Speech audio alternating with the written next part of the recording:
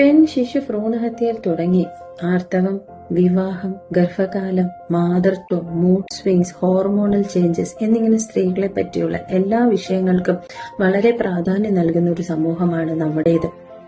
അപ്പോൾ തന്നെ പുരുഷന്റെ മാനസിക ആരോഗ്യത്തെക്കുറിച്ചോ അവരനുഭവിക്കുന്ന സംഘർഷങ്ങളെക്കുറിച്ചോ അത്രയേറെ പ്രാധാന്യത്തോടെ ആരും സംസാരിക്കുന്നത് അധികം കേൾക്കാറില്ല.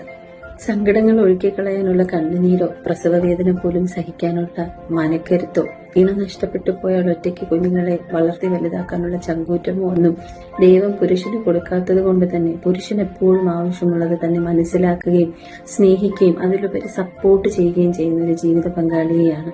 കുറവ് ലൈഫ് എക്സ്പെക്ടൻസി പുരുഷന്മാർക്കാണെന്ന് പഠനങ്ങളും പറയുന്നുണ്ട്. എപ്പോഴും നമ്മൾ സ്ത്രീകൾ പുരുഷന്മാരിൽ നിന്ന് കെയറിങ്ങും സ്നേഹവും നമ്മൾ മനസ്സിലാക്കണമെന്നെല്ലാം നമ്മൾ ആഗ്രഹിക്കുമ്പോൾ അതേ ഒരു കെയറിങ്ങും സ്നേഹവും അണ്ടർസ്റ്റാൻഡിങ്ങും നമ്മുടെ വീട്ടിലെ പുരുഷന്മാരോട് നമ്മൾ